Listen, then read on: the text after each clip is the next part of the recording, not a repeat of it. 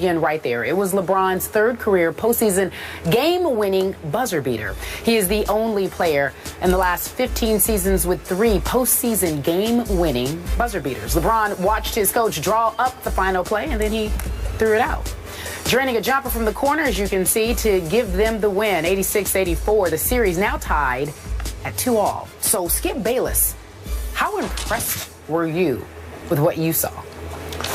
Stephen A. Smith, I was extremely impressed with not just the buzzer beater, but I was extremely impressed with LeBron's last 2 plays in that game, because number one, LeBron James had the guts to drive the length of the floor on Jimmy Butler, drive the ball to the basket, and risk knowing full well that he might have to shoot those free throws to win the basketball games. And we know that in his past, he has had problems late in games making free throws to win or lose basketball games, as we saw earlier this year at Houston late in the overtime in that game when he missed the 2 to win the basketball game. This time, he did get fouled on that drive. Body fouled by Joakim Noah, but they did not call that foul. And guess what happened? LeBron was mad about it. And LeBron already was mad about what, by his standards, had been an abysmal game. As he said, mistake after mistake after mistake, as I quote him, that he had just made, including, of course, the 2 offensive fouls that he committed in the last minute and 13 seconds of that game. And then he got mad at his coach for calling a play in the timeout huddle with, what was it, 0.8 seconds left, for LeBron to inbounds the ball instead of being able to catch the ball and shoot the ball. And by the way, in Blatt's defense, to that point in the game, LeBron was 9 for 29, and in the series he was 2 for 19 from 3. And obviously J.R. Smith had been crazy hot earlier in the fourth quarter, and I don't know, maybe Blatt was thinking, maybe we want J.R. to shoot this shot. But LeBron said, no, give me the ball and basically get out of my way. And I've said this many, many times on this show. I love it when LeBron gets mad. I hate it when LeBron gets that tight-faced, tentative look in his eyes, like, uh-oh, what am I going to do wrong now? Like, whatever will go wrong, whatever could go wrong, will go wrong. And this time, to his benefit, he had no time to think about this play. This is catch it, go up, and shoot it like you mean it. And he did he shoot it like he meant it ever? It was a beautiful shot. It made up for all of his blunders, all of his cold shooting earlier in this game and this series. It was the shot that turned around this series, and I just want to say, way to go, LeBron James. I was impressed, no question about it. I wasn't really surprised. I suspected that the minute that it went from 0.8 seconds to 1.5 seconds left on the shot clock, that additional 0.7 seconds was going to be enough time for you to call a play and get an additional and get a good shot.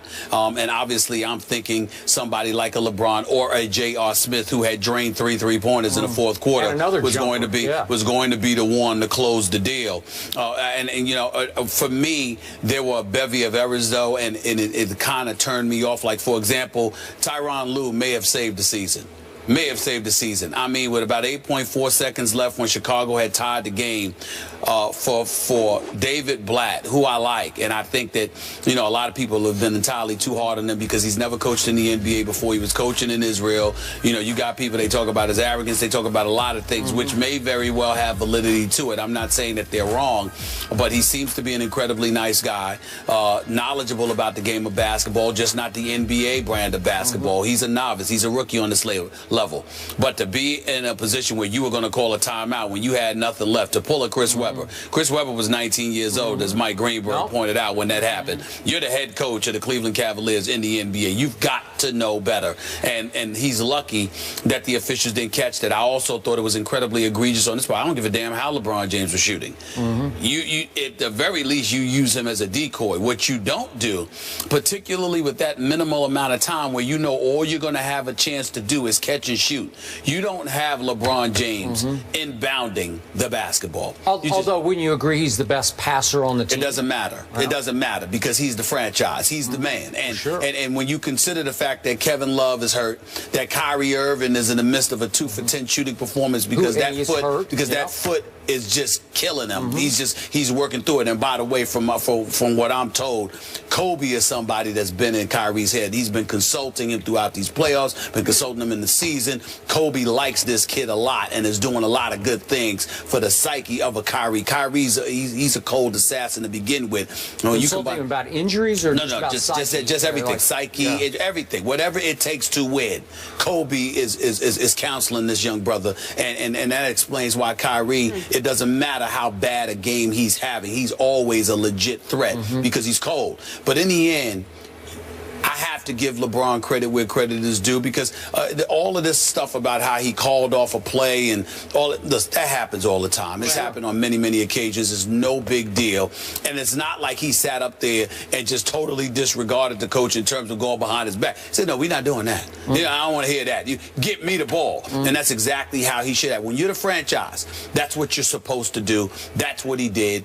I give him a lot of credit for it, and he delivered. Though, for thinking, my guy is cold. He's 9 for 29. He's 2 for 19 from 3. Do I want him catching and shooting the ball, or do I want him finding the open shooter? Yes, here's why I can blame him. I can blame him because of the amount of time left on the shot clock and the fact that you had him inbounding the ball. Now, if you had somebody inbounding the ball, but the play wasn't called for LeBron, and LeBron was supposed to be a decoy so J.R. Smith can get open, that would be different. But to have him inbounding the ball with that amount of time left on the game clock basically shows that you had no intentions whatsoever of him even being involved in the last shot. Right. That is insane. That's not what you do with your franchise player. If nothing else, you use him as a decoy, so a guy like J.R. Smith, who's been doing this thing, can come in there and drain a shot for you. You can lose LeBron, because LeBron's going to require you, even though he didn't in that case because Jimmy Butler was on him, and he pushed off on Jimmy Butler and got loose in the left corner. In most situations, a guy like LeBron would be double. But at the very least, you use him for a decoy. You don't use him to inbound the ball. That's insanity. Okay, so if the bridge was on fire between LeBron and Blatt, if he had little respect for Blatt, is it down to zero respect and the bridge is burned? I don't think it's fair to talk about LeBron and Blatt. I think it's more fair to talk about the entire team and Blatt. There are some question marks about Blatt from the entire team. Now, again, I'm on the record. I like the guy. I think the guy's been given a bad rap because most of the mistakes he's made this season are relatively predictable for a first-year coach. I think David Griffin has done a good job as the general manager for the Cleveland Cavaliers. But I will say to you that the respect that you need to have as a coach from your players, it's not very evident. It's not very conspicuous on the part of the players on Cleveland's squad. Now, does that mean they're going to sit there and they dislike the guy in there? Of course not. But does it mean that if the Cleveland Cavaliers decided to make a change, that people would be in an uproar? Not a soul. Not a soul. Okay. Yeah, well, then we move it there then.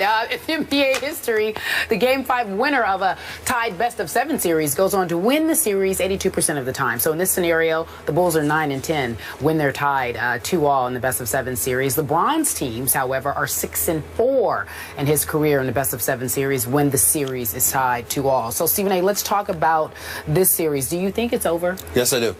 I do believe it's over. I said that on SportsCenter yesterday. I'm going to reiterate it right here, right now. As far as I'm concerned, the Chicago Bulls lost this series when they lost that game yesterday. You cannot lose a game to the Cleveland Cavaliers when LeBron James shoots 10 for 30 and has 8 turnovers. When Kyrie Irving shoots 2 of 10.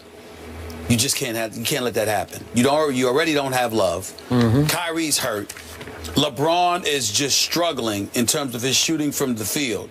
And somehow, some way, they escape with this win. And this is after a buzzer beater was what you needed to kill them on Friday. A lucky buzzer beater? Well, it doesn't matter, Skip. Well, it was just flat out luck. Well, Skip, so what? Well, it's I mean, you throw the ball up. No, it was luck. You throw the ball up. It wasn't lucky for them to be in a position where the game-winning shot occurred. It wasn't lucky for them to be in a position where the game was tied. But I'm just saying, it wasn't lucky for them to be at that point. Any coach, any player, any organization will tell you luck always plays a role at some point. It happens. So that's it. Okay. Yeah, but when the shot is lucky that wins the game. Yeah, but I'm not going to, because every time you sit there and say stuff like that, it annoys me because it reminds me of you with the Giants and the Patriots and how the Giants lucked up instead of realizing the Patriots lost 2 Super Bowls. You always use luck every time. You always lose luck. You lose luck or you know, just conspiracy theories and you know how people get right. You're never just wrong. Okay, it's always a luck or intervention or something. So I don't want to hear it. They lost Friday. They won Sunday. I'm actually trying to make your point for you. I'm trying to make it stronger for you. No, I don't need. The Bulls knew how lucky they were on. I don't think I'll ever need your help to make my point stronger. I don't think so. Actually, I don't. Is it actually, in 6 or 7? You know, I said, well, I don't know yet. I don't know yet. You don't know? I don't know. I don't know. Well, let me help you. I don't know. It's going to be in 6. I don't know. Bulls I don't know. are going to lose this in 6. They're going to lose the next 2. I understand that. And San Antonio was in 7, too. So be careful. The point that I'm trying to make to you is this. Well, if I hadn't gotten a bad call, my Spurs... Oh, so now you haven't had a bad call. My Spurs would be sweeping the Rockets So now you haven't had sweeping the Rockets. So you haven't had a bad and call. they would easily beat Memphis or Golden State. Easily. So they would be in the finals and they would beat LeBron's new team in the finals. I got bad news for you. It would have happened except for one call on Tim Duncan. I never heard a word that you just said because our producer Kevin was in my ear the whole time talking to Kerry while you were talking, so I didn't hear a word that you just said, which is good. The point that I'm trying to make to you is this. I didn't hear a word you said. I'm just telling you that, and it was good. It was good. It was good. Yeah. The point that I'm trying to make to you is this. In the end, what it comes down to is you're the Chicago Bulls. You gave up a 16-0 run at one juncture, a 16-2 run at another juncture. They have difficulty scoring. Yep. Now, the absence of Pau Gasol is something that people want to point to. Here's the problem with that. When Pau Gasol is in the game, he's a defensive liability for Chicago because he doesn't defend pick and rolls well. So because he can't do that, it leaves a lot of stuff open for the Cavaliers. According to them, that's what they said. And as a result, it works to their advantage. Now, when he comes back, he's going to be an offensive force to be reckoned with. He's a 20 and 10 guy, right? Well, he wasn't a 22. Remember, he scored 11 points in one of those games. Well, and he but I'm saying for the year, you can expect him. Well, listen, Golden State's a lot of things for the year. Look at them right now. Yeah. So let's be clear. The regular season is a different game than the season. Pau Gasol out is a good thing for the Cavaliers? Defensively. Okay. Defensively for the Bulls, yes, it is a good thing for the Cavaliers. Not offensively, because Pau Gasol, you don't go on a 16-0 run or a 16-2 run if you're the Cleveland Cavaliers with Pau Gasol on the floor. He'll find a way to get some points for you in the midst of all of that to stop the bleeding. But you just look at Chicago. The moment was yours. The moment was yours. And I love me some Tom Thibodeau, and I think he's an exceptional coach, one of the top 3 coaches in the game of basketball. But you know something? When you look at Paxson and you look at Agar Foreman, one of the points that rang true and was really illuminated for me yesterday, Skip, Gar Foreman and John Paxson wanted this man to hire an offensive-minded assistant coach. Yep. Wow. Tom Thibodeau did not want to do that. He's like, I'm in control. I got this. And goodness, they could have used some help on the offensive end of the floor yesterday afternoon. But isn't Gasol that guy? I mean, he is automatic from like 18 feet. Would you just leave him out there? He's not always automatic. He's not, especially in the postseason. Gasol could play as a 2-time champion. Nothing but mad respect for him. But at the same time, again, there are games where he hasn't shown up offensively. He's just their best offensive option, primarily because Joakim Noah, high energy, big-time defender, rebounds for you, high motor, but offensively, he's regressed. Wilbon and I were talking about this yesterday. He can't hit a layup. Can't hit a layup right now. And that's not something we anticipated will happen. So that elevates the importance of Pau Gasol. We'll see whether it works out or not. But I'm just of the mindset. Cleveland wins Game 5. Chicago has a big-time shot at winning Game 6, but I said at the beginning of this series, before the series began, it will come down to 7 games, and I don't see any way that they're beating LeBron James in Cleveland for Game 7. Okay, I just don't see it. So you're saying it's going to be over in 7 yet? Probably so. Probably 7. Yeah. And I'm saying 6, which was my original prediction, because the point I was trying to get through your head was that the Bulls know how lucky they were to win Game 3, the first game at home, and they know they should have lost yesterday decisively. Cleveland had them dead to rights. And without LeBron's 2 offensive fouls, and I thought they were both good calls, the one on Noah and the one on Dunleavy with the elbow. He deserved it. Okay, he deserved both of them. But if you take those away, I think the Cavs are going to pull away in that game. They could have won by 8 or 10 easily because they were put in a position to do that by J.R. Smith's 4 jump shots, and as you said, 3 But it points. wasn't just luck. The fact is that LeBron has been missing shots. Okay. Kyrie Irving's missing shots, and defensively, the Chicago Bulls can really amp it up. Okay. Their struggles are putting the ball in the hole. Okay, so my point is, I don't know about Pau Gasol's hamstring, but as we know, when hamstrings are bad, they're really, really bad. So he could be gone for the rest of the season. I just don't know. We don't know yet. Taj Gibson left that game at a crucial moment yesterday with a knee injury. He told the reporters after the game, I think I'm going to be okay, but I don't know if he's going to be okay. Can you turn it around in 48 hours and play on a bad knee in a game 6 at Cleveland? I don't know if about Taj that. Gibson and Pau Gasol can't go, then of course it's over in 6. There's no question. But I'm assuming that Taj Gibson's going to be able to go because I'm thinking that you're going to wet the bed game 5. I don't think you're going to come out with guns blazing in game 5 if you're Chicago. Yep. You're going to be ready. You're going to have your back against the wall. 3-2, game 6, back in Chicago. I think you show up for that. And I think then is what forces a game 7. But obviously, I'm assuming everybody's healthy because if they're not, all bets are off. Okay, so the biggest X factor in this series, injury-wise, is now Kyrie Irving. And again, I'm told that foot is more serious than even they are letting on. It could require some sort of procedure after the season. Possibly. You know, like so you've got a big issue going on there to the point there are times he's a liability to me on defense, especially because he just can't move. So depending on who he's trying to cover, it's a problem. And he doesn't seem to have any lift. I thought he could at least shoot threes, and he doesn't even seem to have any confidence trying to shoot threes.